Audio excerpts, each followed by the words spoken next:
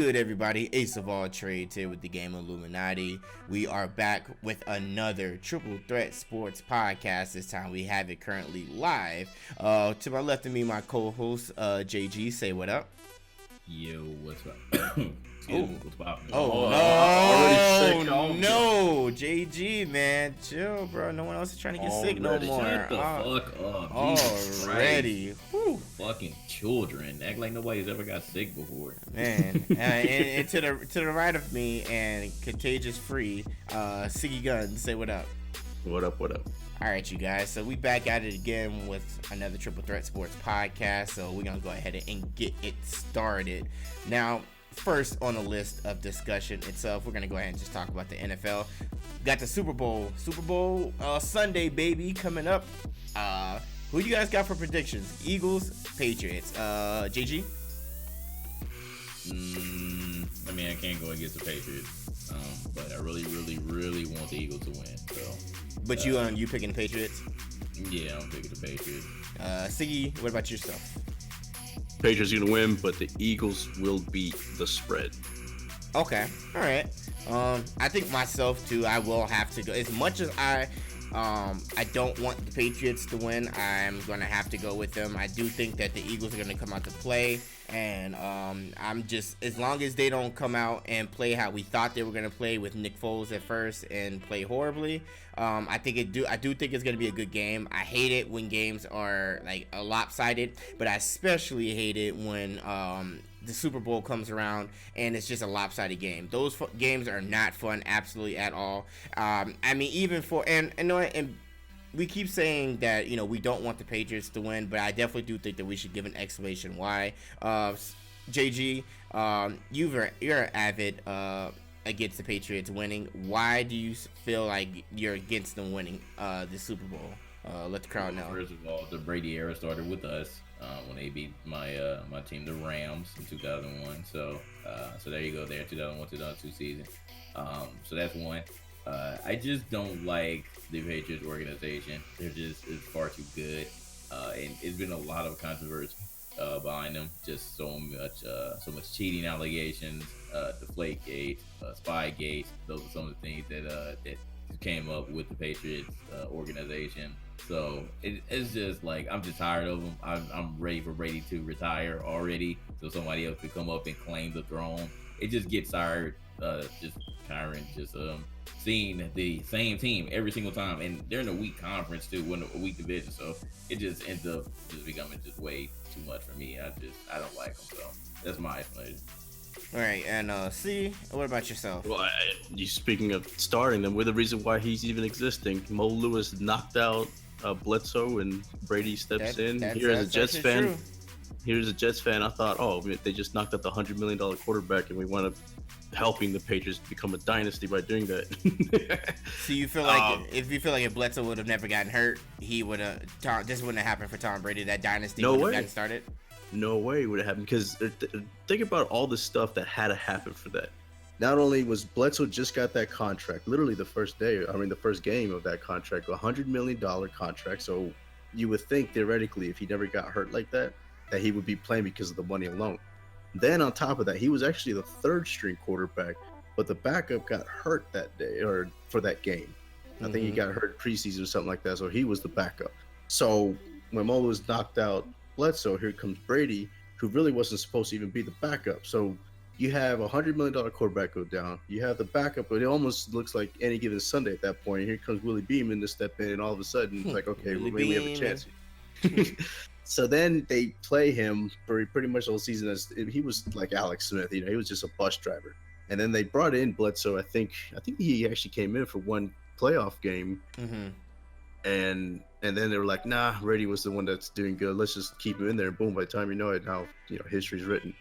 I do think, though, that we don't give Brady the same credit, because, I mean, I never heard of people's hate, Joe Montana and Jerry Rice as much during that run, and that was the dynasty era. Well, where I think I think it's a reason why there's a lot of hate towards the Patriots, and this actually plays a reason why I necessarily don't like them winning all the time, is for the fact that there's a lot of controversy around them. Like, there always is. Like, when usually around, like, for the most part, most of the time they're winning their games or they're winning their Super Bowls is because of controversy, or it's coming right after I controversy. think, though, that the one that everybody's going to remember the most is obviously the tuck rule. I think that was the stupidest thing in the world. Yeah, absolutely. You know, because that's a fumble, period. And for it didn't even look like he was, attempting a pass. He brought the football down clearly, and it got knocked out, or it fell out of his hand. And how that wasn't, I mean, obviously the NFL corrected it, but it really wasn't their fault that happened in the end. That was the stupid rule. And actually, that rule actually existed for like a few more years after that. But it's just dumb rules. It's kind of like these catches now, how they're saying they're not catches, but you can tell they are. And it's just, the NFL has so many things that's confusing, and it just always, and just like this catch thing with ASJ, Safarius Jenkins with the Jets against the Patriots, it always seems to happen around the Patriots. That's true. But then again, a lot of Packer fans would say the same thing about the Seahawks. Every time the Packers play the Seahawks, it always seems to be something crazy, or vice versa. A lot of the rivalry games, you're going to have a lot of stuff. Vikings fans probably hate the Bears because so many things that always happen. We just see it in a bigger stage with them because they're always the ones winning now. They're the dynasty. The thing is, though, is that they're doing this in an era where it's free agency era, so it's a lot harder to do it. Back then, Joe Montana and Jay Rice couldn't just leave, and now everybody can, but nobody wants to leave the Patriots. Everybody's going to them. Yeah, that's true. I remember at a time that it was kind of a possibility that Adrian Peterson would have went over there. Hey, you see what happened if Adrian Peterson would have went over there? Do you think he could have got himself a reign just by being on that team, possibly?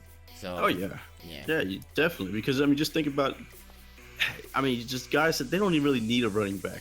They could plug anybody in. Look, Blunt looked awesome with them. James White. These are guys nobody would care about on another team. Dion Lewis. Honest, you put him on even the Cowboys. If what's his name wasn't there, Elliott. You think he'll do anything? No. Even with that line, I don't think Lewis will do anything. It's just that they just fit that offense. You got to admit that scheme, that whether you call it the playbook or whatever, the system, quarter, whatever, the whole thing, it's just the Patriots just find a way to get somebody good, and that's it. And the thing is, what's funny is they have a tremendous game, and you'll think they'll play like that next week, and Belichick will be like, nah, you already had your shine. Let me put this guy in, and all of a sudden, somebody new doing that. Right. I guess we will see. Like I said, I don't think that this will be the end of Brady. I don't believe. I know some people have talked that maybe Brady would stay here for another couple seasons, but we had the same conversation last Super Bowl with the Atlanta Falcons and the Patriots, and what do you guys think? You guys think if Brady wins this one, he's gonna stay another year and then leave, or you think he's just gonna ride the sunset like how a Peyton Manning did it, and after they won the Super Bowl and announced his retirement? What do you think? Or do you think he's gonna stay? Gonna play another 3 to 5 years or something. That's crazy though. He said that, and you would think with the trades, they got rid of Garoppolo and what's his face, Brissett. You ever said? They got to set up eventually for him leaving. They got to. The thing is, though, they wouldn't have made those trades if they think he was going to retire to the season. But at the same time, he's starting to do things that kind of makes you think he is going to retire, like have that show Time versus Brady, and all this stuff coming out where it looks like he's really wanting to be with his family more. I would be worried as a Patriots, hey, maybe he is thinking about quitting. Well, I don't know. There's that controversy apparently with the issues between the higher ups, Belichick and Tom Brady. But I don't think that would force him to leave. I don't know. But I guess I don't. Like I said, I don't think they would make those moves if they really thought he would leave. But there could be a showdown between him and Belichick. I don't know if necessarily that them two are going to survive each other, because it seems like there is a little bit of friction, because for his personal trainer to be barred from the team and stuff like that, I can't imagine that sit well with him. Right. We'll see. You got a radio host calling his 5-year-old daughter a pissant. Yeah, that was crazy. Come on, man, that's his man's kids. What is wrong with you? Did they even explain the context of where they what were they talking about that his daughter came up and? Because that was that TV show that is on with Time versus Brady. Yeah. Oh. Well. Yeah, like or yes. web series, whatever. It was That's very classy. his kid was being a kid. Like, what do you expect? Yeah. Like, they're young children. They're going to be all over the place. They're going to be asking a whole bunch of questions or whatnot. So why would you do that? And that's actually very, like, idiotic of him to do that, because Tom Brady actually does that show every week and has been. It'd be one thing if it was like a New York, sports writer that has Brady like once every 6 years and shit, but a weekly show he has on that that channel. So Like, what were you thinking? And then Right. after all that, man, like even though Brady abruptly left the show, like after he did that, he was still like, I don't want my man to get fired. So Right. I mean, but he says that, but because I mean, I think he actually might be genuine when he says that that he doesn't want the guy to get fired. But if it's up to the higher ups, they'll fire that man. Like, I think Tom Brady might have been save his job, but that's just dumb. Why would you do that? Like, his child has nothing to do with it. Like, you could have used any other type of terminology to be able to explain the child's behavior, but you didn't have to. It's really not that serious. The focus is just on his family itself, and the kid is being a kid. Like, relax. Like, exactly. Yeah, it was poor taste. Period. Yeah, and I exactly. Think, and I mean, what's Brady supposed to do? Laugh? He's not gonna laugh. No, about I actually really did like his response when he came up to the show the next day and was like, honestly, I'm not really trying to participate at this later day as of right now due to what happened and what was called by my daughter. I think it was very inappropriate, and maybe I'll come back. Like, I appreciate his demeanor for that.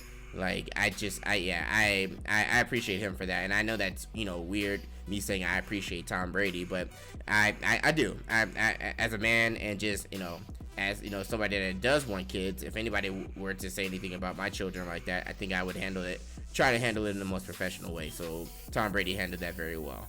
But enough about that. Let's go ahead and talk about this quiet trade that we found out, only 2 days ago? Or was it just yesterday? Yesterday, Alex Smith was traded to the Washington Redskins. So, with that being said, what's going to happen to Kirk Cousins? JG, your thoughts? Oh man, well, the Redskins organization obviously made their decision. I was not expecting this to happen. It was quiet. It was real quiet. Like, it was out of the blue. For Kirk Cousins to be on the franchise tag 2 years in a row as a quarterback, I mean, they pretty much told the tale of what they wanted to do, but for them to even do that when Kirk Cousins has established himself, in my opinion, as an actual franchise quarterback that should be getting an actual contract, not a franchise tag on him, I found this very surprising that they chose Alex Smith out of everybody. I'm not saying that Alex Smith is a bad quarterback, but it's just weird. It was just weird that they chose him and gave him that type of contract. So obviously, with the Redskins making that move, Kirk Cousins got to go, because he's not going to go back to being a bench quarterback after the season that he's been having. Because even though he was still he had injury ridden tight ends. His wide receivers were kind of mixing and matching. They had running and back. Trash. They were dropping everything. So many problems. You lost Garcon and you lost Deshaun Jackson as well. So you really lost all of your weapons. He still almost had a 4,000-yard season. So that's still very impressive coming from somebody that didn't have anybody. So for them to just do that, for them to just turn their back on him, that's telling. That's definitely telling. So I don't know what they're going to do now. Kirk Cousins obviously got to go somewhere else. But I don't know if Alex Smith is necessarily the answer for them. We'll end up seeing, but that's the main question. Where is Kirk Cousins going to go? There are obviously some teams that need somebody like that. Eagles? But Nah. I know where he's going. No. He's going to the Jets. Man. The Jets have the money. Yeah, look, let's just go ahead and throw the cards out there. Here's the teams that everybody's talking about: Broncos, Browns, Jets, Bills, and possibly the Jags. However, there's news in the Jags, so reason why, and the Cardinals. Ooh, yeah. That's true. Yeah, because Palmer retired. Palmer's there. So. Now, here's the thing, though. The Jets and Browns have the most money. So if he wants the max contract, or not max, but if he wants a big contract, it's going to be between those two. Browns, though, if you had the number 1 and the number 4 pick in this draft, why would you want to spend, $140 million to get a franchise quarterback when you could draft a franchise quarterback that's way younger and potentially be a star in the future of the NFL? You know what I mean? So I don't think the Browns would be smart to spend that money for him. Jacksonville would be the team that would make the most sense because of the one that was ready. However, I don't know if people notice this, but Blake Bortles, he had wrist surgery that prevents the Jaguars from cutting him outright without taking Really? Wow, what? Wow. Yes, this surgery. So check this out. He needs to have medical clearance that he's ready to be pretty much play by a certain date for him to get cut. So it's crazy how this all played out. And they're saying that it takes so long for this, recovery. And the beginning of the NFL season starts. I think if I'm not mistaken, I think it's either March 1st or April 1st or something like that. And if he's not cleared by that date, there's no way that the Jacksonville Jaguars can afford Kirk Cousins because they're going to be taking a cap hit if they try to cut him before then. So if Bortles might have done this on purpose, I don't know, but I'm pretty sure his agent is going to make him not play, or if anything, they're going to try to delay so that way he can get this guaranteed money, with the start of the season. So that's going to be interesting itself. Denver is the other team, and the Jets. So it's pretty much between Denver and Jets, in my opinion. I think if you're going to pick a team, you're going to want the most money. The Jets have pieces. Now, I don't know about Robbie Anderson after this arrest, but oh man. But I do think that there's certainly with Denver you have a better defense. The teams play pretty much the same, I think, offensively. If Kirk Cousins there, I do think though that if I had a choice and I'm Kirk Cousins, I would, knowing that he was in the NFC East, I would think that he liked how Eli and liked how Dak Prescott or Romo before and how Wentz is now. I think he likes that kind of spotlight. I don't think he's going to get that with Broncos instead of New York. So I would pick New York for him. But then again, I'm a Jets fan, so who knows? Yeah, you're a little biased, so I'm a little biased. But then again, the Jets have more money though. No, I mean, just because you have more money doesn't mean. I mean, unless he's in it for the money and purely, and that's it. Then I'm pretty sure he's in it for money. Or else, why would the Redskins be offering him only franchise tax? Because they could have easily have said if he wasn't for the money and he was already a star quarterback there, why wasn't he accepting their $120 million deals? That's true. That's true. I mean, I guess we will see. Like I said before, I think this Alex Smith trade was very, very quiet. Like, it just came out of blue because I don't think any of us were expecting it. But we will see what's going to happen. I'm sure we'll see what's going to happen with Kirk Cousins. And the... I want to say something else too before we move on. Like, go ahead. What's going to happen with the Chiefs now? Because... Yeah. Oh, they got Mahomes. I mean, yes, they do, but he hasn't played an entire season yet. What did he win? One game? I think he started at one and won that last game. That's the thing, though. They saw him in the preseason. Yes, they're ready to go. They really are ready to go all in with him. They already seen enough in preseason, and that one game they just showed, hey, this is it. This is the direction we're going. I don't think what's his face was afraid to do it. I mean, this is somebody that traded for Matt Castle, so he didn't really care. He just wants. I'm pretty sure he knows his what's his name, Reed. I'm pretty sure he knows like his evaluation of talent. I think he knows that if Alex Smith can do it, and Mahomes has a better arm and listens to me, he probably feels that he can make it better than Alex Smith. I think Mahomes is ready. I mean, yeah, right. He was talking big trash when he was sad at first. Definitely very, very sad that Alex Smith got traded because he been talking something saying that he was the number 2 best quarterback in the AFC. And I had one of my homies, he was arguing with him because he's a Brady fan, so he was like number 2 in the AFC. He was like, "Are you smoking rocks?" Like they were just going anything for it. But obviously that's his, that's his team. He's a Chiefs fan from Kansas City, so that's my bro. He's he's that hard. So, but he was sad. But now you talking shit today. He was like, "Oh yeah, I'm gonna see you in Mexico City." He was like, "Pat Mahomes, baby." He was like, "He got a better win percentage." I said, "From one fucking game." I was like, this is the dumbest argument ever. You talking about win percentage when you play one game versus Jared Goff who won 10, right? 11. Like, come on, man. Like, stop. And that's the thing, though. The QB grading wise, like as far as coming out of college and stuff like that, Mahomes was graded better than Goff and Wentz. He just was picked, different draft class. But that's the talent level that they put him in, during these, pre-draft Yeah, things. So we've seen it before. It's been a lot of sleepers. Like Dak Prescott last year, like he was definitely a huge sleeper, and I knew him because I actually used to watch a lot of his games when he was in Mississippi State. So I knew the potential that he had. So that ends up happening too. So I mean, I agree with you, but I don't know. I guess I got to see more to really get on the Pat Mahomes bandwagon. But it was still surprising to me nonetheless for both teams. I think also they saw that, what Trubisky did with the Bears. Obviously Trubisky was picked way up there too, and yeah, I guess you just got to do it. Why have him be sitting behind? It's not like Aaron Rodgers, where you feel like he's a legend, Alex Smith, that you have to wait. So it's like, yeah, forget it. Let's just do it now. I just thought that they were gonna take a little bit more time to groom him, but hey, they feel like they're ready, then we will see next season. Right. It's gonna be an interesting season, but we got to get the Super Bowl out. So definitely let us know, those listening via YouTube or you guys are in the Twitch chat currently. Definitely let us know what you guys think, thoughts about the Super Bowl on Sunday. Definitely tweet us. We'll probably do some type of post Super Bowl podcast or something like that, just to talk about the results of the game, probably like on a Monday or something like that, well, whenever the guys are available. So yeah, definitely let us know. But we're gonna move over to something very interesting and very hurtful to my soul, like personally. Floyd Mayweather. This was something also that was just very interesting to see. This man, Floyd Mayweather, has tweeted out a video, 10-second video of himself.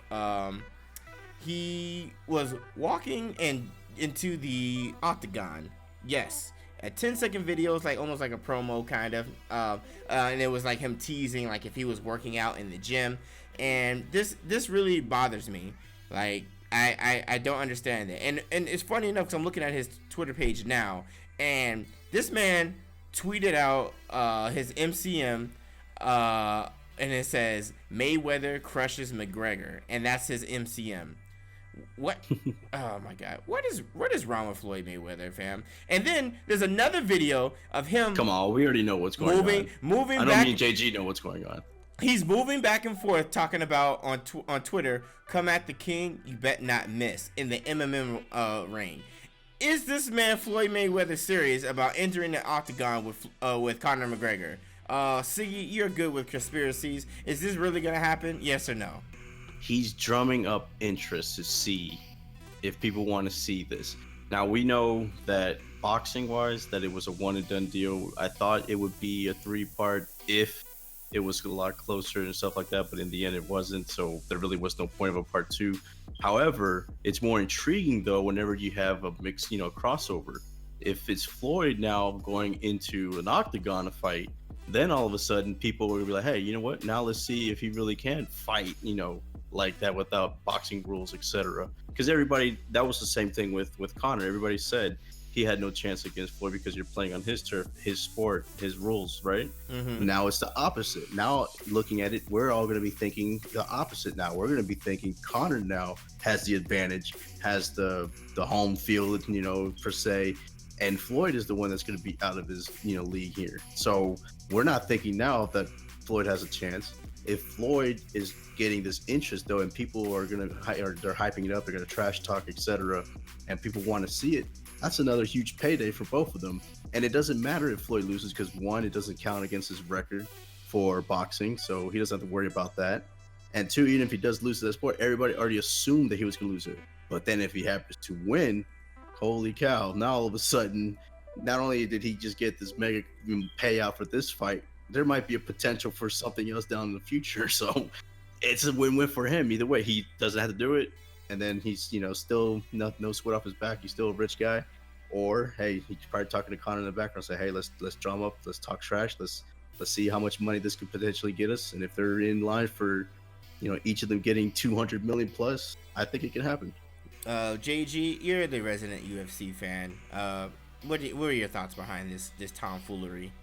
Siggy, let me ask you a question. Has Floyd Mayweather even fought in the Octagon since that boxing match? No. Okay, so why the hell would I want to see this? Because it's not something that we would expect. No, I don't want to see It's the principle that. of the matter. It's the principle of the matter. Okay, so you took a break because you had your kid, right? But all of a sudden you turn around and you want to box Floyd Mayweather and you lost because everybody assumed you were going to lose and you freaking lost. But of course, everybody was asking the same question. Well, Floyd Mayweather can't beat you in the octagon. So see him in there. I don't want to see this fight. I didn't want to see the boxing match. I definitely don't want to see this fight until you defend your fucking belt. I'm not trying to see nothing. I don't want to see any exhibition, octagon, nothing. If you defend your belt once, okay, you can do whatever the hell you want. I'm not trying to see another exhibition in the octagon. I'm not trying to see Floyd Mayweather get kicked so hard that he's going to be wondering why he even stepped in the octagon in the first place. I just want this man. You won 2 belts, McGregor. You had your kid already. Can you please defend your belt once? All I need for you to do is talk to Dana White. Do whatever y'all gotta do. Find somebody. I don't care who it is now. But that's the thing. There's nobody there right now. Who's he fighting? I don't fucking care, man. Fight Tony Ferguson. You can fight Nate Diaz again. Have a Nate Diaz part 3. I don't care, right? But would that generate? I'm not talking about. I don't care about diehard fans. Man. I'm talking. You gotta remember, this is all about casual fans because obviously the diehard boxing fans did not want that fight. The diehard MMA fans didn't want that fight either. But the casual fan that don't care, they just want to see the names fighting. This is what they're talking about. This is what Floyd is probably saying. Hey, we could get 300 million for this easily. We'll split it however much, whatever it is. I'm pretty sure this time he's probably gonna let McGregor get the bigger person, maybe 50-50. I don't know. But if he could make it to where it can be a possibility to get that much, you better believe they're gonna be thinking about that because they don't care. As long as people are paying for it, why would they care? Now that you mention that, does anybody know what was the purse split for the boxing match? No, but I can look it up real quick. I'm pretty sure it was 70-30 or something. Yeah, because it definitely went 50-50. Because I know this one. No, hell no. And that absolutely didn't happen. But okay, so we're going to assume that it was at least like 60-40, 70-30. I'm leaning more towards 70-30 because it's freaking Floyd. So if this does happen, what would the purse be this time? What would the split be? Because it would be 50-50 because there's no way he needs to have an incentive to come into the octagon because it's a lot different. He's never fought before in the octagon. I know that Conor never boxed before, but it's a lot different to jump into boxing when you are a fighter, period, than it is from a boxer jumping into become a fighter. You know what I mean? True.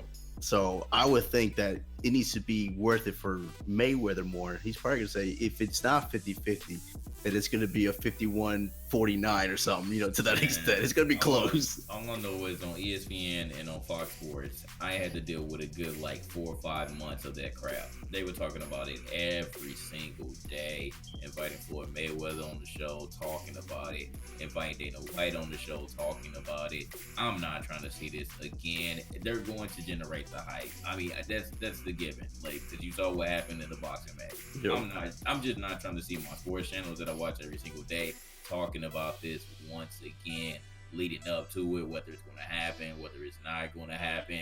I'm just good on it. I don't want to see this. I really don't want to see this. I barely want to see the boxing match. I definitely don't want to see the UFC. But that's the thing. You didn't want to see it. Nobody wanted to see it. But guess what? Everybody saw it. Whether it was a train wreck that they wanted to see, whether they thought the possibility that Floyd would lose, or whether there was, how bad could Conor really be, et cetera, et cetera. In the end, it wound up being, pretty entertaining in there because both of them fought unexpectedly. Floyd actually came out swinging, and it wasn't the defensive battle. When I saw the highlights, I was like, okay, he was actually putting up a fight. So I agree with that, but man. I'm just gonna be outnumbered. I'm gonna be the odd man out on this one. I still don't want to see it. At least until again, McGregor gets in the octagon and defends it. Though I don't care who the fuck it is. Again, just defend it once. It is funny because he hasn't fought ever since, right? No, he hasn't fought ever since, and that's the one knock I'm always gonna have on him. He needs to actually fight somebody that is respectable in the MMA and in the octagon itself. Well, he doesn't. No, he doesn't really have to because he's already the champ. Or but I don't know. They probably took it away now, but no, he still has it. He still has it, I believe. One of his belts. Not both of them. I think they took one of them, right? Yeah, they stripped it immediately after you won it. Yeah. Why did? Hold on, wait. So he won it, and then they stripped him. Why did they strip him? Well, I don't know. They stripped him because he said that he was done. Yeah. Because he was going to take a break because that's around the time when he was going to have his kid. So he immediately after he had that after he won it, he said I'm done. I'm gonna come back later. All right. So, Right. but yeah, I mean, he still owns the belt. But like I said, I don't care who he fights against. Just defend your belt, because I'm always gonna knock you for that. Like, he's not a true champ in my eyes. I don't. Okay, you knocked out one of my favorite fighters, Jose Aldo. You didn't give an immediate rematch, and then he came in and once again lost. I don't even know how the hell that happened, but he came in and lost again. So like, you just messed my man Jose up for what?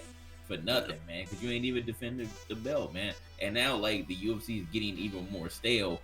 Now we're having super fights all around the place, and it's because of you. Yeah, pretty much.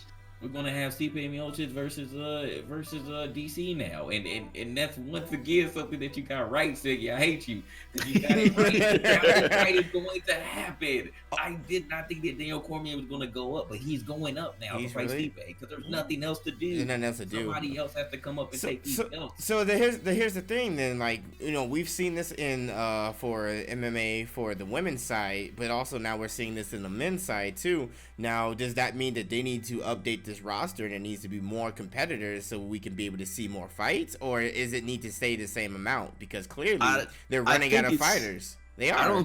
I don't necessarily think that the talent, you know, is not there. It's just that everybody is like an even field. So there's nobody that's dominant anymore. You know what I mean? Like back then we had Anderson Silva dominant, GSP in his prime dominant. Even during the heavyweight days, Chuck Liddell, and then they all had their run as being the popular one that would win more than one. But now it's like, I mean, when we talked about that one weight division, what, 3 fights to Vince was the record? Yeah. So record, man. 3 title defenses in the heavyweight division. And it's a guy that nobody really cares about, though. You know what I mean? Like, he doesn't have a personality. He doesn't have, like, that's the thing. At least Conor McGregor differentiated by, you know, trash talking. Same with what's his face. They were trash talkers. This guy's just stoic. You know what I mean? He's just boring. Yeah, the only thing about Stipe is he's from Cleveland, and they were like, "Oh, we got a champ in Cleveland now." And that's it. Yep. That's and then only... even DC. I mean, he's been a popular fighter, but he's just not. He's not Bones Jones. You know what I mean? Like, everybody would cheer for Bones Jones instead because he's more of the personality. Yeah, it's too bad he was doping up. Yeah, DC by himself is not exciting, but versus John Jones, that was like, because of the history that they had between them, that was entertaining. Exactly. So it's getting to the point though to where either there's just not enough personalities that make you want to cheer for them, or it's just that everybody is pretty even. So it's like 1 minute you can be champ and the next you can't, because it's just there's nobody that's like a dominant force now. And like I said, the only person we got, man, is Demetrius Johnson. And even still, like, I feel like a lot of people still sleep on him. Like, he just wins his fights. He doesn't talk much, but like he hasn't lost yet. So I think it's more because of his weight division. I think because a lot of people don't really. It's the smallest weight division. Nobody really cares about. Yeah, that's what it is. And it's not the division where you see the exciting, you know, super flying kicks and all kinds of stuff either. So at least you would think that you would see that in that division, but it just doesn't happen. Right. All right, so I know you guys asked earlier what was the purse split. I think from the article here from Bleacher Report, it was between 70 and 75% went to Mayweather, and it was predicted to exceed over 500 million, with the purse set at approximately 390 million dollars. Jesus Christ, that's a lot of money. But man, if I could get 1/10 of that, I'd be good. Facts. Can I get some of that money? Like, jeez. Yeah. So how much was it? It was 300 for Floyd and what 100 for? No, it's 390 was the 390 million was the purse set. So okay. Yeah, that's a total. So if 70 to 75 went to him, then he got like 2 to 300. Crazy. That's nuts. Yeah, it was 292. And then on top of that, they got that was just the purse, right? Or what? That was everything. That was in total for all the pay-per-view and all. Pay-per-view too. Okay. Right. Crazy. That's good. Money. Don't, Floyd, don't do this. I don't want to see this. Like, I don't want to pay to see this. I don't want to pay to see. I mean, if somehow Floyd beats Conor McGregor, it'll be another situation where they will be like, well, Conor McGregor hasn't fought in the ring since his last championship matchup. He's rusty. That's the only reason why Floyd beat him. If he does beat him, there should be no excuse though. It doesn't matter. Trust me, they will find a way to excuse. Excuse McGregor. They will. There is no way. My There's mindset. no excuse. My If he mind, loses, he's definitely just not made for the ring anymore. my mindset behind this is that Mayweather is not gonna win this. If this is actually serious, I do think that what Siggy's saying right now is that they're testing the waters when it comes to trying to see if there's some type of rage or something like that. Like, I definitely do think that's what they're trying to do. So we'll see. We'll see. Like, if that happens, I doubt it, but I don't want to see them have this happen. I don't care to see this. I don't. But like I said telling before, you, the casual fans are gonna want it just because it's just, something to see, something different. I guess, man. I guess, but it's like, why would Mayweather want to put? Why would I look? I know it. Money. $200 million. That's why. I know. He bored and love money. That's it. He must be bored to be able to step into the ring. Like, I mean, the Octagon. Like, come on, fam. Like, I don't want to see. Like, if I'm Conor McGregor and I have my opportunity to get Floyd Mayweather in the Octagon, I'm going all out. I'm talking about. I don't even think that Floyd. I don't even think McGregor will want to submit Floyd. I think that he's gonna want to go for the knockout. He's gonna go for the gusto. He's gonna knock him out in the second round. He's gonna get top position on him, and he's just gonna start wailing on this man and having his head go hit the canvas multiple times. Like, that's what I would envision when it comes to this happening itself. So I don't necessarily think that. That's Floyd what makes it so interesting, though. Is like, what would Floyd look like in the octagon? Because obviously we know that he's a defensive fighter. Boxing, would he be defensive? Would he just kind of run around the ring? I mean, what is he gonna do? He's always gonna be running. He's gonna be running around a ring.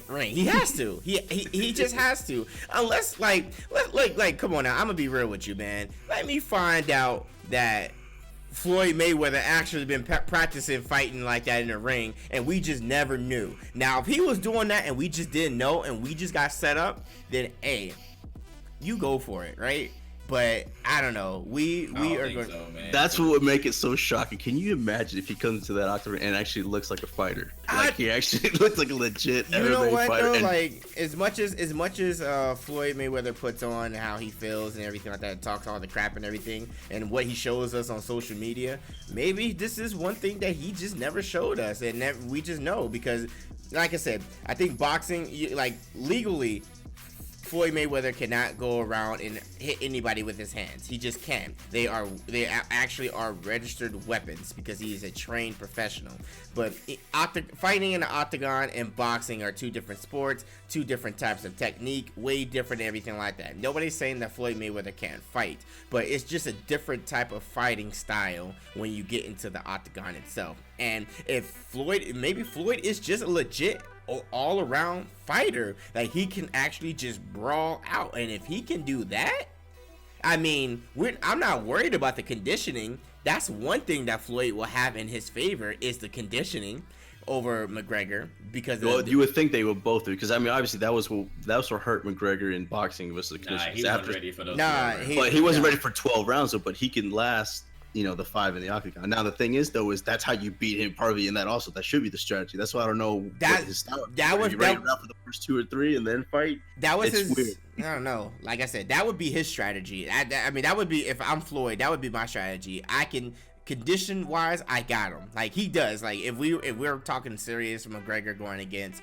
Floyd has some condition wise, because boxing matches are much longer than that's what I'm saying. It gets away in the octagon because McGregor can last the 5 also. That's what I'm saying. Now, it was true though that's how Diaz was able to beat him, was in the later rounds, get him tired. And I mean, I guess that's going to have to be the strategy, is to try to get him tired. Right. But then again, Diaz was taking those punches like it was nothing. I don't know if that could be necessarily true without these boxing gloves for Mayweather. Right. I mean, like I said, we'll see. I mean, I like I said, he could just be trolling. He could just be getting, like, right now the video on Twitter right now has 6.11 million views. So that like, and we saw him started off January 29th with the MCM Mayweather crushes McGregor, and he has a picture of himself giving McGregor a right hook. Then you had that first video of him going into the Octagon, and then you had the next video talking about come out the king, and that one had 686,000 views. So obviously there's going to be some people trying to see this possibly, and you know, he's just testing the water. So I mean, like I said, we'll see. I'm not taking it any serious until we actually got promo going for it and the contracts have been signed. So whatever, F it, I don't care. Y'all ain't got any more comments for this tomfoolery before we move on to some more BS? Look, we thought it was never gonna happen, the Floyd versus Conor boxing match, and it wound up happening. Well, so it's not gonna happen anytime soon. It probably would be another couple of years if it happens at all. But I do think that this was a calculated tweet, a calculated move to get the ball rolling for that. I do think that. I can agree to that. I mean, I saw the fight between Floyd Mayweather and McGregor happening for boxing. I said that was something that was gonna happen. I don't think that the whole fight in the Octagon is gonna happen if Floyd Mayweather is smarter than that. I don't believe so. I mean, he's retired from boxing, so at least that perspective is out of the way. Like, his record is clearly not going to be jeopardized. But with that saying, still, Floyd Mayweather, as we all know, is very, very prideful. So if he were to lose, that is going to bite at his pride. And I know the man loves money. He absolutely loves money. But I still don't believe that money outweighs his pride. I feel like Floyd Mayweather it's not boxing though. No, if but he that's loses, the thing. MMA, what's that? No, but here's the thing though. Siggy, he's an athlete. He has a very competitive nature, and it doesn't matter. Like I'm predominantly a football player, but if I'm playing basketball, if I'm running track, if I'm playing tennis or whatever, and I lose, losing is losing, fam. I don't want to lose, and I feel like that same method is with him. Yeah, I think he knows the risk of everything. At least I would think he would if they really are going through it. What's he gonna care if he loses? That's like Conor losing his boxing match. You think anybody cared that he lost his boxing match?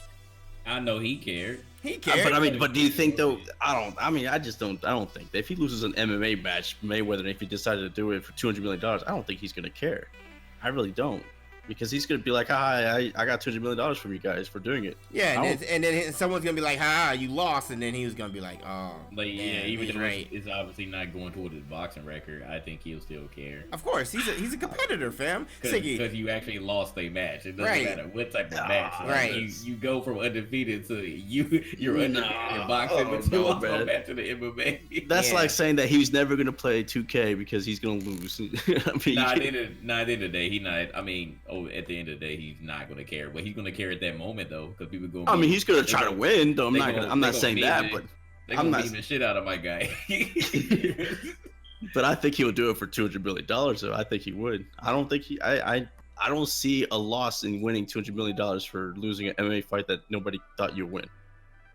I don't know, fam. Maybe that's just your mentality, but I don't care. Like, if I'm Mr. Undefeated, Mr. 50 our mentality, that same logic could have been applied to this boxing thing. Yeah, he took a fight against a non-boxer. Well, he knew that he was gonna win. In his heart, he knew. It's still, you talk about risking it all. If he lost that's a bigger meme.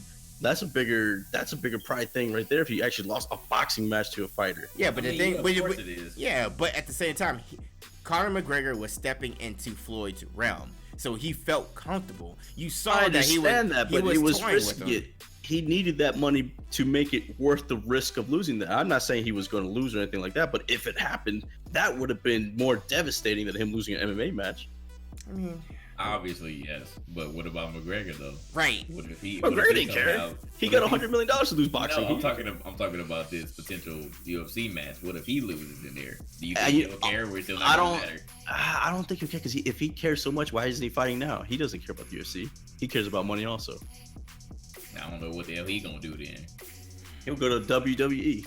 I guess that's where everybody go. Let's go ahead and segue since you said that. Oh my guys, perfect segue. So more BS that we're talking about. Yes, we're playing you with more BS. And you guys heard it here originally. I don't think anybody else was actually talking about this, but Siggy, myself, and JG, we talked about this, especially Siggy. Siggy was right on his conspiracy. Ronda Rousey signed a full-time contract to the WWE. Now, with that being said, this woman got beat so bad twice in UFC, the fact that she doesn't want to actually fight real, she wants to do it fake. Sorry y'all listening into the Twitch chat or you guys listening on YouTube. Wrestling is fake. WWE is fake. So with that being said, Siggy, what are your thoughts about her being knocked out so bad that she wants to pretend to wrestle now? What's up? What are your thoughts? I'll tell you, she just doesn't have the mental makeup to do it for real now. She needs it scripted. So, and then she's getting paid either way. So, I mean, it's no big deal for her. Obviously, she has her fans. I thought she kind of looked corny. I don't know. It just seemed like it didn't look right to me. But what do I know? It's a different time, I guess. But yeah, I figured she'd go to WWE eventually. And then I still think John Jones is probably going to end up doing that same thing also. So we'll see. Right, JG, your thoughts? I mean, she's already been in some movies, so what's the WWE to her? It's all scripted anyway, so she's gonna be active. But honestly, I didn't think it was gonna happen. I thought that she was gonna just like try to go to the silver screen and just be done with it. But the WWE, I guess, they're always welcoming these former UFC fighters with open arms, and I don't think that she's gonna come back. I don't think she's gonna be like Brock Lesnar, going back and forth. That's what I was just about to bring up. Do you think you think there's a possibility? I mean, she's in the WWE now. She got whooped too bad, just like what you said. I think that her pride is like severely hurt. It's mental now. She's mentally done. It's been mental since the first one. This is the first time. Yeah, it was already like this the first time, but the second time, she's done. She's done. So WWE, I guess that's a perfect place for her. She can act to her heart's content and still, get a little bit physical in there. And we'll see what happens, but and she has the figure for it at least, so yeah, it shouldn't be too hard for her to transition. We'll see. Like I said before, I definitely do think that this is a very interesting move for her. Yes, she has a life. She needs to get the bag, as kids say nowadays. See, right? Flock needs to be in here because he knows more about the wrestling stuff. I want to know. He's mad because he said that first. All right. No, because Flock can talk all in the chat if he wants to. He's good. I mean, he can come in here, no problem, and express how he feels. The option for him is there. So, Flock, if you would like to come in here and be able to speak your mind about this, go right ahead, sir. But as I continue I want to know about the contracts of WWE. Do you think she has it in there that she's gonna have to be champion eventually?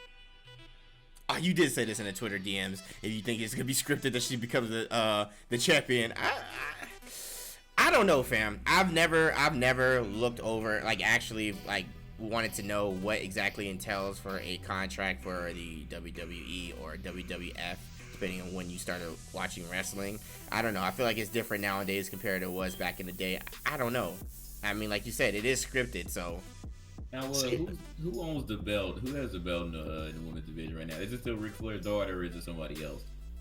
Because I feel like Ric Flair's daughter, if she still has it versus Ronda Rousey, I think that would be a halfway decent storyline for her to get it. So I think that maybe it is in her contract to win the title. Maybe.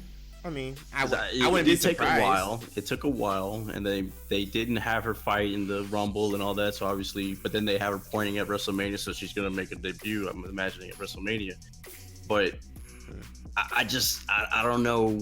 Like, what would you do with her? Do you make her have a Goldberg type of streak and then go on top, as a champion? How would you do it with her? She could just run in and just destroy somebody in 30 seconds. I feel like her coming. I feel like her being the bad guy would actually be kind of a good. I don't know if they didn't make it the bad guy though. After that, seeing that's why I said she kind of looked corny. She looked like they're making her like the, I don't know, the victim.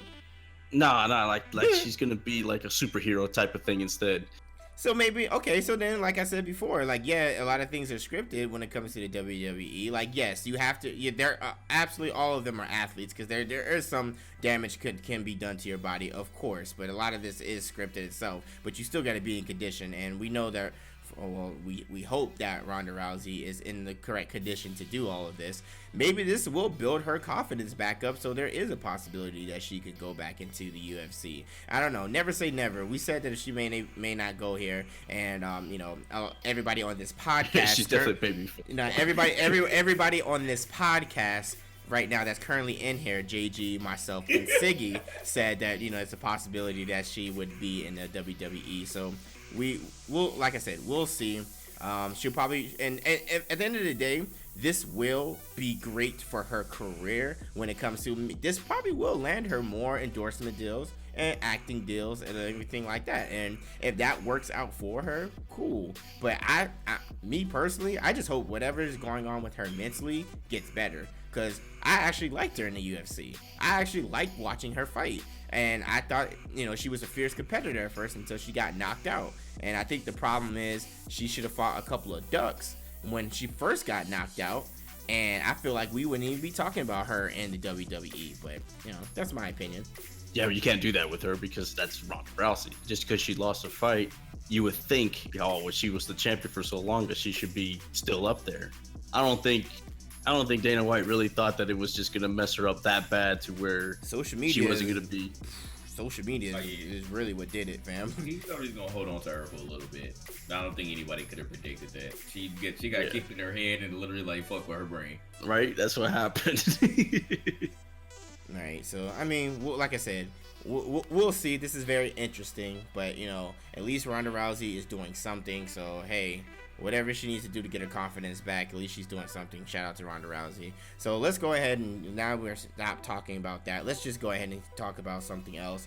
We're gonna move forward and talk about NBA. So as you guys know, the All-Star Games is coming up. Last Triple Threat Sports podcast, we talked about the possibilities of teams. Now we're gonna go over the teams itself.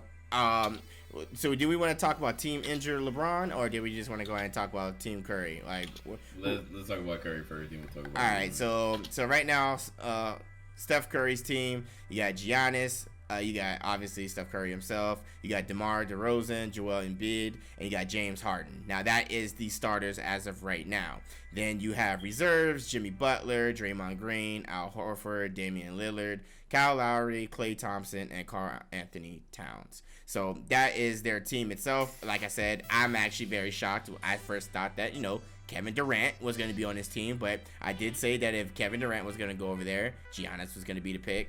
Now let's talk about Team LeBron, injury LeBron James team. So obviously you got LeBron himself. You do not have DeMar Cousins. Now he is injured and won't be playing, and we'll talk about it a little bit later. You have Anthony Davis, you have Kevin Durant, and the person that I personally said that was going to be on LeBron's team, he wasn't going to be petty, Kyrie Irving. And then you got LaMarcus Aldridge, you have Bradley Beal, Andre Drummond. Well, look, first of all, I'm disappointed that you, Ace, you were the one that told us that Steph Curry had the first pick. So no, idiots. Whoa, no. Talking about this. No. Ace did not say that Steph Curry. Yes, Ace did not say Steph Curry had the first pick. We actually, as a collective whole, as a podcast, said we weren't necessarily sure, but if Steph did have the first pick, said it. No, you said he had it. We were making all our predictions thinking that Steph had it. So JG, you gonna just let the chat said that it was the Twitch chat in one of our streams. They said that. So, okay, well, look, we got it. We had the first two picks right. We were in the assumption that Steph was the blame first somewhere else. Man, crazy. Be your own niggas, man. No, I'm telling you, Ace, you're the one that said it. We need to listen to it. We need to roll the tape back. But anyways, regardless, if it was LeBron, we knew he was gonna pick Durant, and we knew that it was gonna be Antetokounmpo, whatever, for Curry. If it was like that. The rest of the squad, I guess, is a little bit different. I don't know when he picked Kyrie. I wish they televised it because I want to know when he picked him. I want to know if it was the last pick. Right. But we were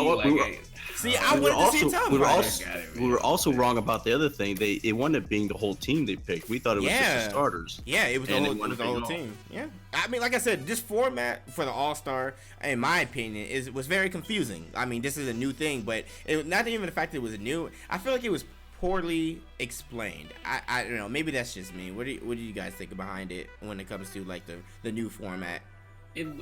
Well, like I said, they just should have televised it. It was kind of poorly explained. We was in a bit like trying to figure out ourselves like what was going to happen, who was going to pick who first, and like what is it going to be. Like it was still people that didn't know that they're doing a new format and they're not doing the East versus West anymore. So like that's just bad on the NBA's part.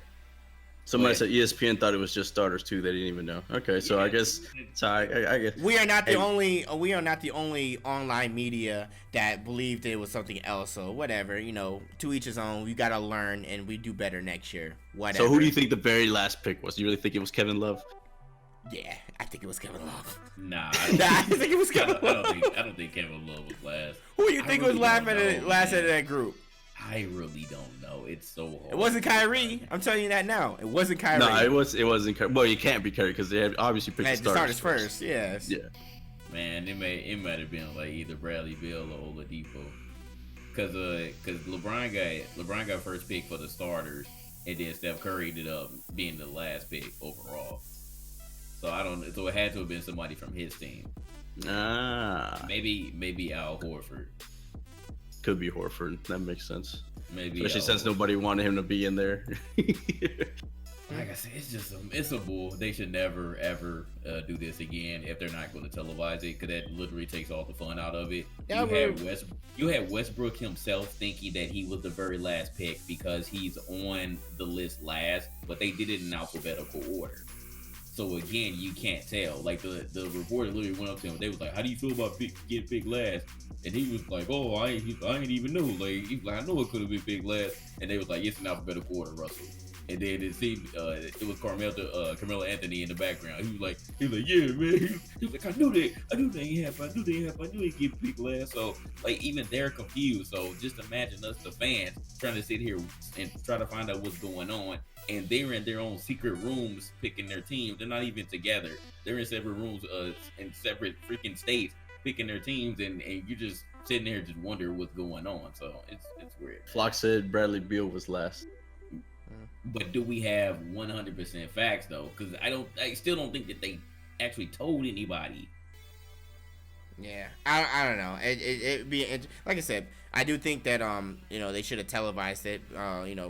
Even though some people thought that they shouldn't have televised it. I want to see that. Because that again wouldn't have been right. Well, that's the reason why. That's the reason why they want to televise it, because everybody gonna slam everybody. Yeah, people are gonna slander anybody. The last pick because he picked he was the second pick, so he should have picked the last player last. Right. They picked the same amount of players, so it wouldn't have been Bradley Beal because Bradley Beal's on team LeBron Flock. Right. I mean, this guy Flock is very. Why you over here being a troll in the chat? You being a badger? Yeah, that's facts, man. He's enjoying himself. Leave Flock alone. So it's gonna be interesting to see everybody like in the All-Star game itself and how it actually goes. If we had to predict right now which team would win, which team do you guys believe would win? JG, I'll go with you. Man, it would have been LeBron's team. I feel like LeBron was actually picking this team. Like, if this was a regular, like, if they were playing fantasy basketball together and they got to choose real players, man, like, I feel like LeBron came through with the plan. Like, I felt like he came through with a literal plan. I feel like Steph Curry was just on auto draft, bro. I feel like Steph Curry was on auto draft, and he came in the room late, and he was like, "All right, so you picked Durant, huh? Okay, so I'm gonna go ahead and pick up Draymond, and I'm gonna pick up Klay Thompson, like we all knew, right? And then everybody else, it was just auto drafted on this team. They said that man auto drafted on his phone to say that. He did, right? I don't know, man. Now with all these injuries and everything like that, I don't know. I definitely do think as of right now, Steph Curry's team has it. But I mean, I don't know about that because you think about it. Cousins' injury is big for the Pelicans, but on the All-Star game, you still got Davis doing the same thing that he would have been doing anyways. Yeah, but they're just not the Twin Towers no more. I'm not gonna lie though, that would have been crazy to have the original starters to have DeMarcus Cousins, Anthony Davis, Kevin Durant, Kyrie Irving, and LeBron James as starters on the court. That would have been a great starting team. But the team is still looks stacked even without Cousins having 80 there though. Because you got Drummond, which I feel like he actually got snubbed this year. So now he's in his rightful place. So I It's don't know. still His team is still stacked. His team it's is still stacked. stacked. Yeah. Yeah, I mean, regardless, it's still like you said, it's still a stacked team. So we will see. It's still gonna be a fun matchup and everything like that. But you guys want to talk about the injuries at all? You guys want to talk about DeMarcus Cousins real quick? JG, go ahead. So I had DeMarcus because I had Boogie on my other fantasy that I'm playing. What made me really upset, because the injuries are always a bad thing, but what really made me upset is this came during a non-contact play. He was just throwing the ball, trying to catch the ball and throw it back in, and he ended up tearing his Achilles. Now, this is the big guy. He tore his Achilles, and he's done for the season. I'm like, man, like, that is terrible. Like, just being on a non-contact play is the worst thing that could have happened. Like, even worse is just, like, get your ankles broken by somebody. You just landed on it wrong and tore his whole Achilles up. So that's just very, very unfortunate. And I don't know what's going to happen to him in the offseason now. I don't like, because he has some decisions to make, and somebody's going to have to take a risk on him, because it's going to take him like 6 to 10 months to fully recover. Right.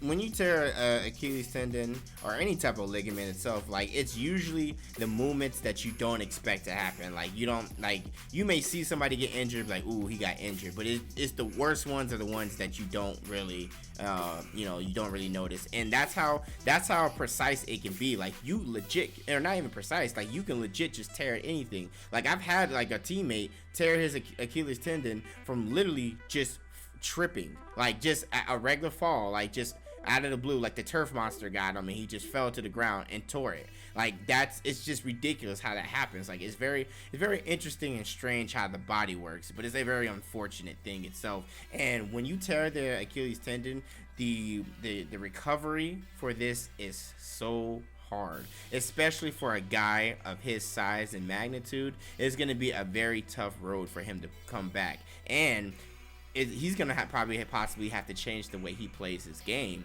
because with this happening and him being a big guy, it's a lot. Like, do you think that he's gonna be able to come back from this? I mean, who's like, what's the case? Like, who's tore their Achilles before and came back? I mean, I can look real quick itself, but like I said, like that, I just know from just general knowledge of, like, and experiencing it with different teammates, like, it's hard to come back from Achilles tendon tear. Like, it's, depending on how bad it is itself, and the fact that he's constantly on his feet and always moving the way he is, and the fact that he is a very big guy, it's gonna be really hard. Like, it is, like, it really depends on how his physical training is gonna go, how the ligament itself heals itself. And it's just a process. So, all right. So here's some names here. I was gonna say Kobe's the main Kobe, one, but the Kobe, thing is, Wesley Matthews, Patrick Ewing will be the one that we'll have to go by, because Ewing was a big dude. Well, because Kobe, I was gonna say, because for Kobe, he changed his game. He had to. And like, even then, like, he still speaks about it and talks about it. He still suffers from it. Like, that's the thing, man. So, all right, so check this out. Ewing is the one, but he was 36 when he got hurt, though, so it's a little bit different. He went from 23 points a game to 10. Matthews is about the same now when he got hurt at age 29. Dominique was hurt at 32, and his stats stay the same, so he could come back. Yeah, it looks like he's going to come back. The thing is, though, he can come back, but if he doesn't change the way, like, because, I feel like he has to change the way he plays. Well, that's why I was looking at Ewing and like Dominique Wilkins, because they're big dudes. Right, so, right. I mean, they're big centers. They were athletic. I mean, man, Ewing used to do 360 dunks and all that. I mean, 7'1" was he, or 7 even? So I know he was a big dude. And then again, when he got hurt, he was already 36. So I mean, that was time telling him, hey, stop.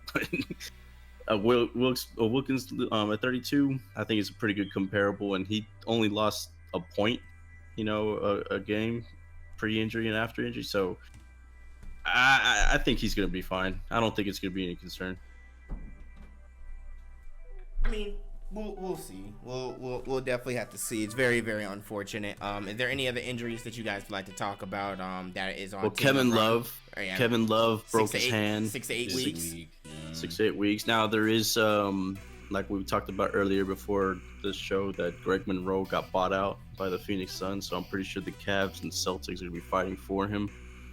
And the Celtics have the injury relief money $8.4 million that they can give to somebody up to that much. So I think the Celtics are going to probably pay Monroe a lot to not go to the Cavs. That's what I'm thinking. So John Wall. That's another one. I forgot he's out. So I was gonna say, is Kevin Love getting traded? As he's saying. Well, he can't now. No, I don't think he will. He's not gonna be able to get traded. No one's gonna take him. Yeah, that's true. Because wasn't originally talks that him possibly being traded? I mean, it's been talked to him being traded ever since LeBron came back. Right. What he said hasn't been traded. Yeah, I think LeBron does like Kevin Love. Somebody said Kobe was trash when he came back. Yeah, I mean, he lost like 6 points, but then he got hurt when he was 34, so he was right. That's a different type of injury, and he's a different type of player compared to DeMarcus Cousins, and his size and frame is much different, and he's much younger. So, but we'll see. We will see. It's very unfortunate. No one wants to hear anybody get injured or anything like that, and it just looks like Team LeBron is cursed. Is there any other injuries? Oh yeah, John Wall injured also on Team LeBron and not playing. Bruh, like what the hell is going on? Like LeBron is cursed like that, or is it? Yeah, man, there's 3 people from his team that are gone. I still can't believe Russell Westbrook got snubbed for the starter spot. That's still crazy to me. That's still crazy to me, but whatever. Who was the other guard that got picked on that side? It was Harden. That's who it was. I mean, that's the thing though. It's Harden and Curry, and then it's Westbrook. Who you picking? You right. Your two. Who's your top 2? Well, I was just talking about just being the starters itself and being voted. Well, that's what I'm saying. That's why it's because of that. It's because of Harden and Curry. Yeah. Constantly like that. So I do think that Westbrook and Harden are better than Curry, but Curry is the popular one, so that's the fans are going to be voting him. Yeah. Right. Now, if another person ended up being the captain, or if they didn't even do the format, it still would have been the same thing, unless one of them were captain. Right. So we'll see. So let's talk about the injury that you're talking about, Isaiah Canaan. Yes. That one actually happened just probably like an hour ago. Yeah. About 2 hours ago. So the Suns guard Isaiah Canaan suffered a Gordon Hayward-like ankle injury during a layup attempt. It was so bad to that they did not want to show it on the replay itself, and the bone was sticking out. That's why. Yeah. I couldn't look at it. I've just been reading articles about it because I can't see that again. I can't, because that Gordon Hayward picture has not left my mind at all. That's very, very brutal. And unfortunately obviously he's out for the rest of the season, and that happened late in the first quarter against the Dallas Mavericks. Very unfortunate, and it's a shame, but yeah, he's done. So with that being said, let's go ahead and talk about Blake Griffin being traded to the Detroit Pistons. So before we talk about how Blake found out that he got traded, can we talk about the fact that, don't y'all think that this Clippers team should have been blown up a while ago, and why did it take so long to do? I mean, what do you think, JG?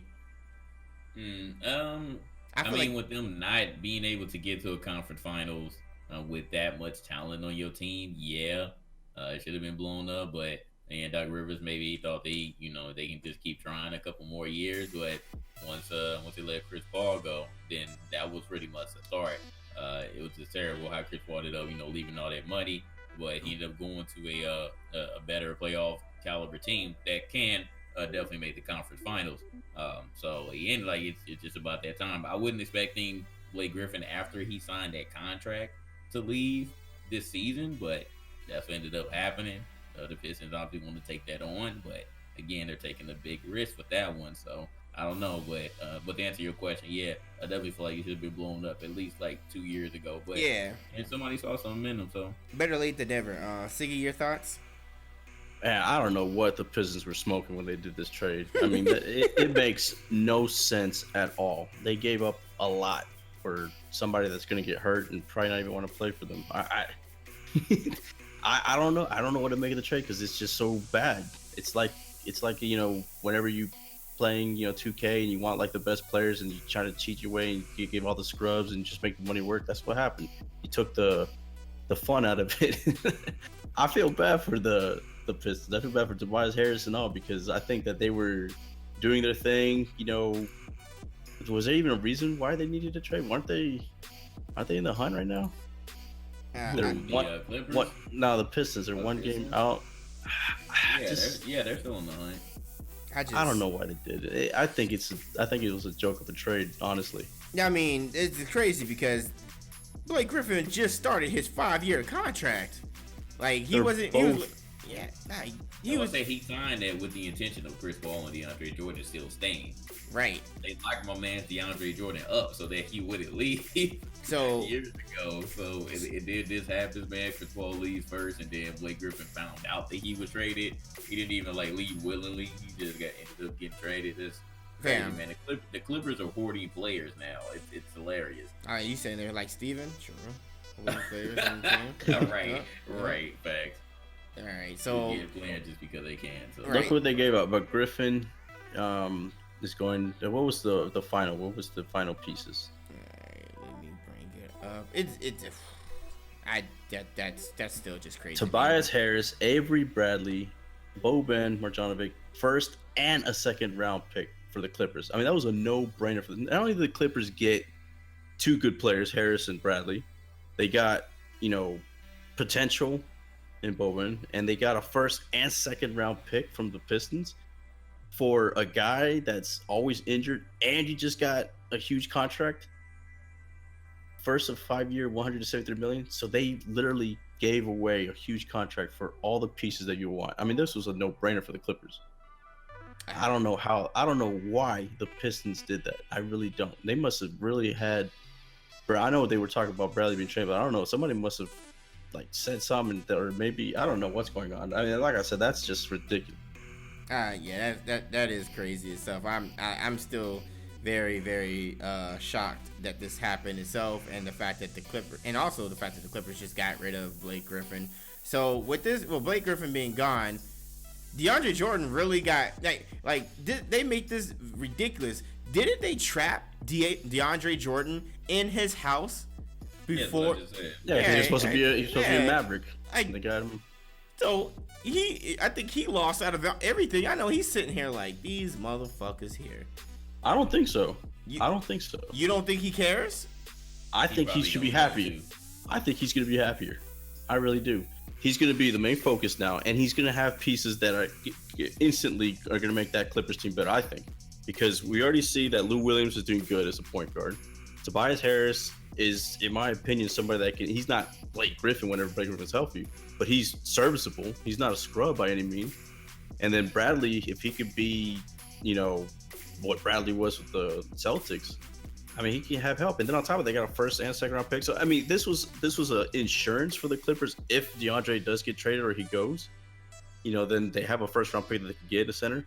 So for the Clippers, it was a win-win. And I think for DeAndre Jordan, he's probably looking at the team. The team is a lot better, in my opinion, with these players. Yeah, Bradley could be when healthy. He can be another Patrick Beverly who can score a little bit more, in my opinion. Exactly. And like I said, you're not missing a whole bunch of Tobias Harris at power forward. So, I mean, I think the Clippers instantly got better. I really do. Okay. I mean, we will see. Within the remaining of the season, and also going into the next season. So let's talk about real quick how he found out. So there is a no trade clause in Blake Griffin's contract, and apparently Blake Griffin found out he was traded on Twitter. Fam, I just don't feel like that is a very professional way to find out if you're getting traded or not. Because yes, this is sports, absolutely. But the NBA is supposed to be a business. The Los Angeles Clippers is supposed to be an organization, a business in the NBA, and then they're not letting their players that they're being traded, or they at least couldn't tell their agent first before it broke on social media. I mean, I think this is as bad as when DeMarcus Cousins found out in the middle of an interview that he had got traded. This is just completely ridiculous. And if I was Blake Griffin, That's not cool, fam. That's not. I feel like that's disrespectful. It's in very poor taste, and I think that's unacceptable. I mean, what do you think, JG? Yeah, definitely. You shouldn't be finding out like that. But this isn't the first time that this has happened. No, it's not. The last. We're finding out in multiple sports, just faded across, man. That people are getting traded. You're like, what the hell? Like, people are like live tweeting while they're doing it. Like, hey, yo, fam, you just got traded. They're like, what? Like, literally while they're on Twitter, just tweeting random stuff. So that's crazy, man. Like, you got to do better. It's like almost as worse as like somebody breaking up with you in text message rather than in person, or at least on the phone at least. Like, Right. you gotta tell. I definitely I agree. It makes it a lot worse when he's the face of the franchise. You know what I mean? That's all that was left. So it was CP3. Obviously, he had all the State Farm commercials. Then it's Blake Griffin, and now that he was the team, you know, it's like trading like just LeBron out of nowhere. And he finding out on Twitter. You know what I mean? He's the face of that team. So it was definitely it should be a shock for him. But the thing is, though, is that I think there's obviously some big rift, you know, with him and Doc, I guess, or Just just something. the organization. There's something going on. You could at least told the man's agent, "Hey, you're getting shipped to Detroit. Get ready." Like, what? Like, this It's is like, man, news be moving so fast now. Like, And it's funny. Like, these reporters and analysts, I feel like they be getting news faster than no. everybody This else. is, and I cannot pronounce his last name, and I'm not gonna try. Talk But about Waj. yeah, from Adrian, your bruh, you just drop all news, and that's why I follow him on Twitter, because I'm finding out before the organization tells us. I found out all my sports news from him. He Reports usually are saying, aka a snitch in the organization, told me that. Right. It's crazy. Right, that is ridiculous, but Blake obviously handled it very well, and at least to the public eye. I think it was funny because he did tweet out a picture of who was it? Of Will Smith, and tweeted out a GIF of him when he found out standing in that room. You're right, and I actually thought that was very hilarious, but you know. So be it. I mean, I think the NBA that should be something within not just their contracts itself and everything. It's one thing if he snitch, per se, leaks it to the media, but it's another thing when you don't even give the player the news first before. I think that when I thought that it was kind of ridiculous the fact that Giannis had to tell Jason Kidd he was fired. How does that work?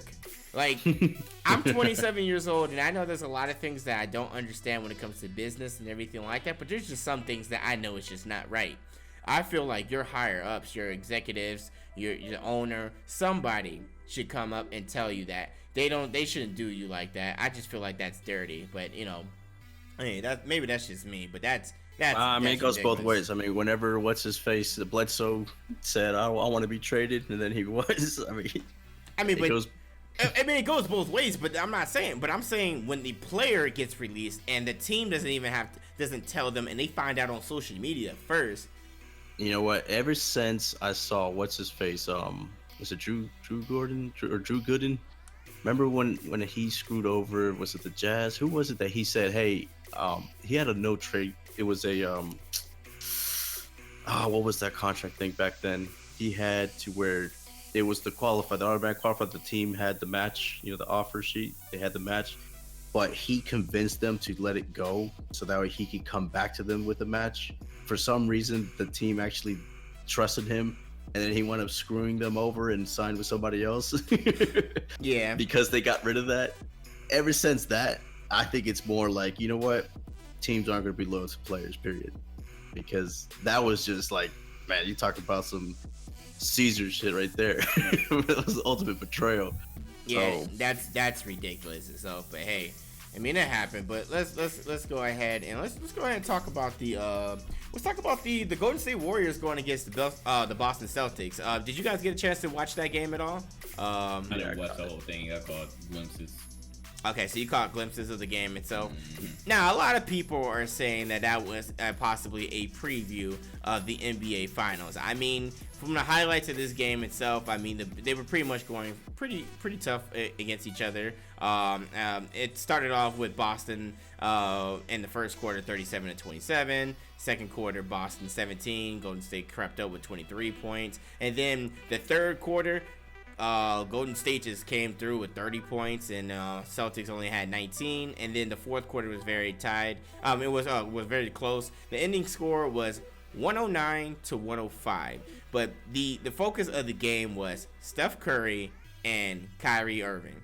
And Kyrie had 37 points, and Curry had 49. And the fact that just how this happened, and I mean, Stephen A. Smith said it, that he believes that Steph Curry is the greatest shooter of all time from what he has ever seen. I mean, do you feel that is true? I mean, what other player besides Steph Curry do you know that is a legitimate threat as he crosses half court? I mean, JG, your thoughts? I mean, I used to hate to say it because I really like Ray Allen and Reggie Miller, but if even Reggie Miller says that he's one of the greatest 3-point shooters, then I can't say anything else against that. And so like, because Jesus Shuttlesworth is a god, so yeah, we legit like haven't seen anything like that. So like, this man can literally just pull up and shoot wherever the hell he wants to, and it goes in. And like, most of the time, yeah.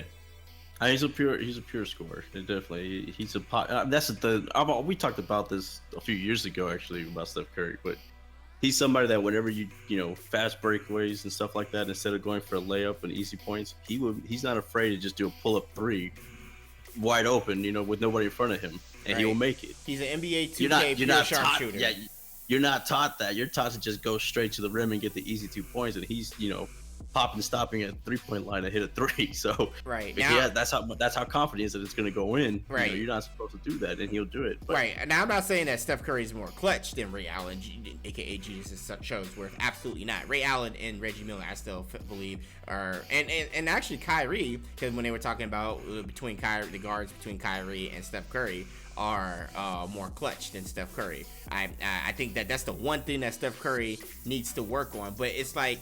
But he does, but he never was put in a position where he needed to. That's what I'm saying. It's hard to work on something that way when you're shooting the way you're shooting throughout the entire first to fourth quarter. So it's kind of hard for him to practice on being clutch. If he gets in those situations, I think he needs to elevate himself. But when you're throwing daggers from like half court and making it, like, it's like, how do you pretty much need to lock this man down the entire time. Like, I don't know, man. It's just crazy to see Steph Curry shoot the way he does.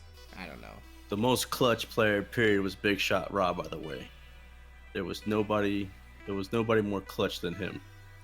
You can't disagree with that. Curry shooting around though is ridiculous. Like he shoots so well that he doesn't need to be clutch, but it's like that is another thing that would elevate. If he was like a clutch shooter, because if he was a clutch shooter, like, what else can you do against that when you know the man is gonna hit it usually more times than not? I don't know. It's ridiculous. It really is. But that Golden State Warriors Boston Celtics game, that's a possibility of finals, and I wouldn't mind seeing that, especially the way they went at it. Hey, Kyrie Irving said he wanted to shine. He wanted to leave the Cleveland Cavaliers because he fully believed that he could get more shine outside of being in the shadows of LeBron. And Kyrie Irving has been proving himself right the entire time. I mean, do you guys think otherwise, JG or Siggy?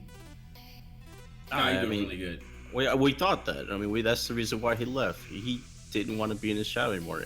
I'm telling you, it was what game was it? Game 5, Game 6 in the finals or something like that, where he took control. Not in the finals, but actually I think it was against the Celtics. Right. We knew that Kyrie Irving grew up at that moment. Like it was like, hey, you know what? I could do this myself. I don't need LeBron, and he's doing it. I mean, he just didn't like that everything was all about him and the possibility of LeBron leaving and all this stuff. I'm pretty sure he was just sick of it. Right. I would be sick of it. I'm sick of it. Even I'm not even on the team, and I always hate hearing, "Is he gonna leave the Cavs again?" All right, hold on real quick. I had to address somebody in the comment section. Cause Siggy, somebody was coming at your throat, your boy.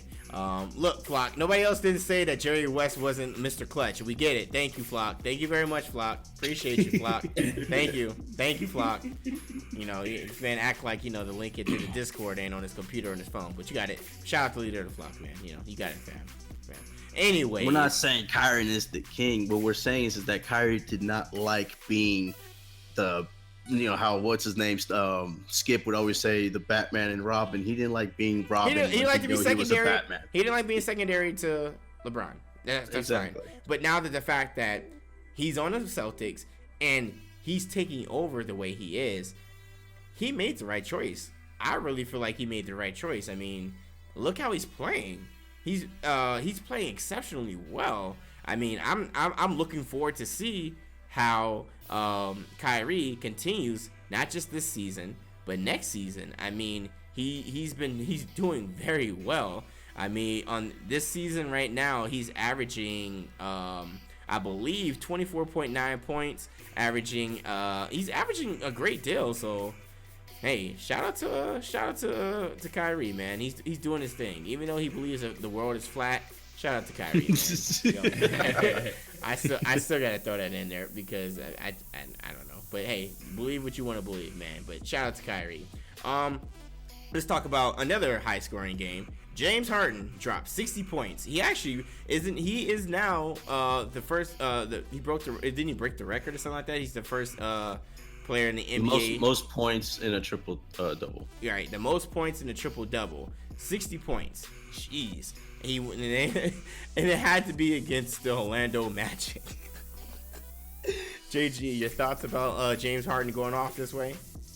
Yeah, I mean, when Eric Gordon is also out of the game and Chris Paul is out of the game, I mean, what else are you going to do? You were literally the only scoring threat on that team, so it's no wonder why he went off. That's amazing, though. It's pretty amazing. Hey, I'm happy about it. You already know why I'm happy about it. Of course you are. Right, of course. Goddamn, Siggy. You know what makes it more incredible, though, is that this is somebody that, got a grade 2 tear in his hamstring, and he was supposed to be out 6 to 8 weeks and came back in, 6 games? Didn't he was just like, hey, I'm back. Yeah, it's crazy. I mean, this is something that he should be out still for another 3 weeks. I thought he was going to be out to the All-Star game. That's what I thought, at least. And all of a sudden, he's back dropping 60 points now. I mean, it's crazy. Yeah. Go sports medicine. Right. I mean, where some other people's injuries would have gotten better, but I mean, like I said, it depends on all your injury itself. It depends on the person, it's the severity of it, and everything like that. Some people can heal like that. Some people heal like Wolverine. Like it is what it is. Like it just happens. All right. And with that being said, is there anything else sports related that you guys would like to talk about on this episode of Triple Threat Sports Podcast Live? No. Nope. Siggy? No? What now? What? Who's boss? Oh my god, this guy's Siggy. Any comments, Siggy? Anything you want to talk about? Nah, I'm good. All right, this guy's Siggy. All right. With that being said, thank you guys so much for watching the Triple Threat Sports Podcast Live. Appreciate you guys for coming through. If you guys are interested in stuff like this, check out our Patreon. That is patreon.com/GI updates. You can be part of awesome tiers, and you can be part of situations just like this where you can have discussions with us and members of the GI. And plus, it helps us continue to contribute to our cause and build our community and everything like that. Space of all trades, Siggy Guns, and UTXJG to Don with the game Illuminaughty. Appreciate you guys coming through. And Flock in the comment section. Oh yeah, and Flock in the comment section. Peace.